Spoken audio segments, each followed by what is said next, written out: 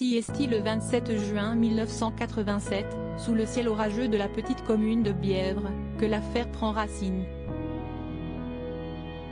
Sabine Dumont, 9 ans, vient d'apprendre que sa sœur aînée, Fabienne, 22 ans, a donné naissance à sa nièce.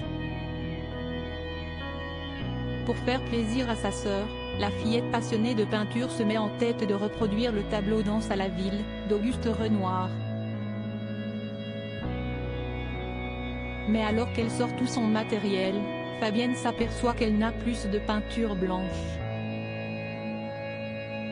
À 16h45, avec la permission de sa mère, Geneviève Dumont, Sabine quitte son domicile. Elle n'y reviendra plus jamais. Aux alentours de 18h, Geneviève Dumont s'étonne de ne pas voir sa fille rentrer. Avec l'une des sœurs de Sabine, elle suit le chemin emprunté par la petite fille et interroge les passants. De cette manière, elle remonte la chronologie des événements. Peu après le départ de Sabine, l'orage a éclaté sur la commune de Bièvre. La fillette a alors croisé une voisine, Marie-Rose Branget, qui lui a proposé de la conduire à la librairie en voiture.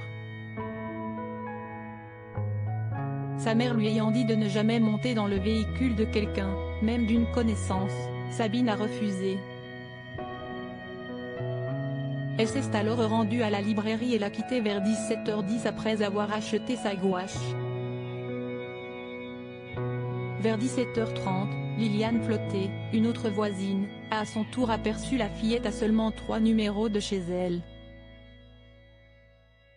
CST alors que se perd la trace de Sabine. Un tueur en série en région parisienne? À son retour du travail, le père de Sabine, Christian Dumont, se rend au commissariat de Palaiseau et signale la disparition de sa fille. Rapidement, la police municipale de Bièvre, la gendarmerie du secteur et des brigades anti-criminalité sont mobilisées. Une équipe cynophile tente également de retrouver la trace de la fillette, mais l'orage gronde et les recherches s'aboutissent pas. À la tombée de la nuit, Sabine est toujours introuvable. Le lendemain, de nouvelles fouilles sont ordonnées et l'affaire prend un tournant tragique. Vers 16h, près de 24 heures après sa disparition, la petite Sabine est retrouvée sans vie dans un fossé en bordure de la route de Favreuse. Nue, le visage partiellement brûlé, la fillette porte les stigmates de la cordelette qui a servi à l'étrangler.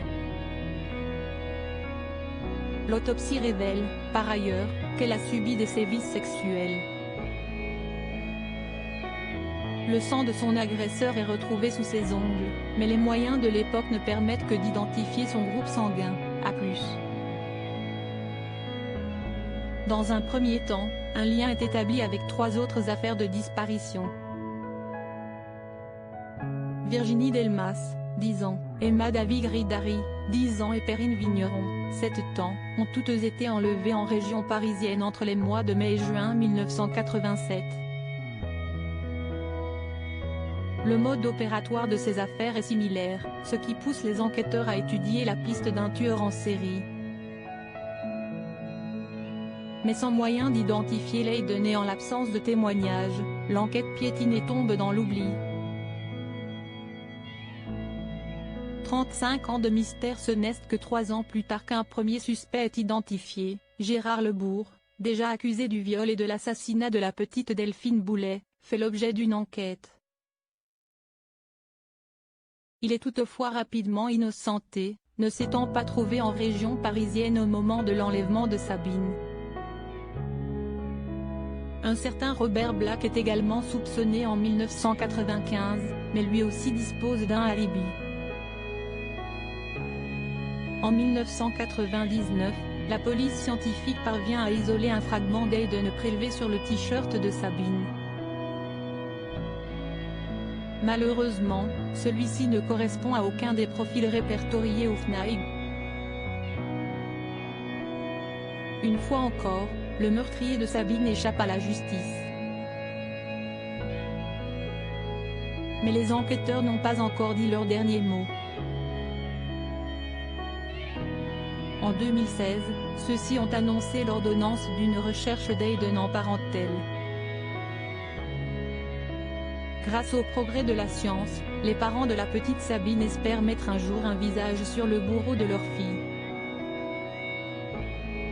Notre combat, si est celui de Sabine qui a droit à ce que la justice soit faite. Pour nous, pour notre famille, on espère toujours que toute la vérité soit faite dans cette affaire. Pour que la personne responsable de ces actes réponde devant la justice. Nous gardons toujours espoir compte tenu de tout le travail effectué par les enquêteurs au cours des années, déclarait-il, en 2016, dans les colonnes du Parisien.